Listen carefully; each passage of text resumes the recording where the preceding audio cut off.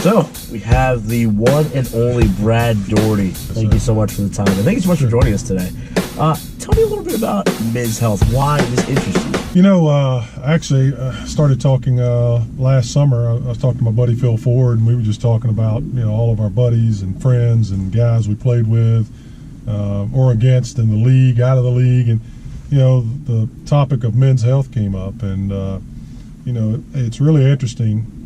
I'm seeing more and more of my friends, my buddies, dealing with different health issues, and some of them you look at, they could have been avoided. And so we all realize, especially as men, and as we get a little older as men, just the stubbornness sets in. And Phil said it best, you know, unless it hurts, we don't think about it. And I think that's just the mentality of men. We're more, you know, we're providers, and so we don't take the time to take care of ourselves.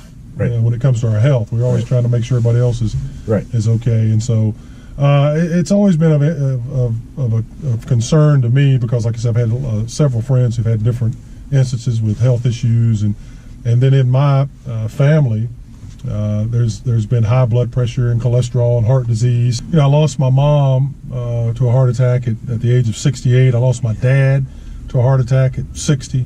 I've got an older brother who's had a heart attack. So my grandmother had heart attacks. So I started looking at my family history, and I said, okay, how can I change this? Right. And so I got with my doc, and we started talking about it, and he told me, he says, you know, this doesn't have to be your story. He says, now you got some things that you're going to have to deal with that you inherited that you can't do anything about. But he said, but as far as being on top of your health, your nutrition, your exercise, making sure you're sleeping, doing the things that you can do, you can cut those risks in half. And so I found that interesting, that if we have someone, a good medical professional, that can give you the information and help you come up with a plan, that you can utilize this plan and give yourself the utmost opportunity to be healthy.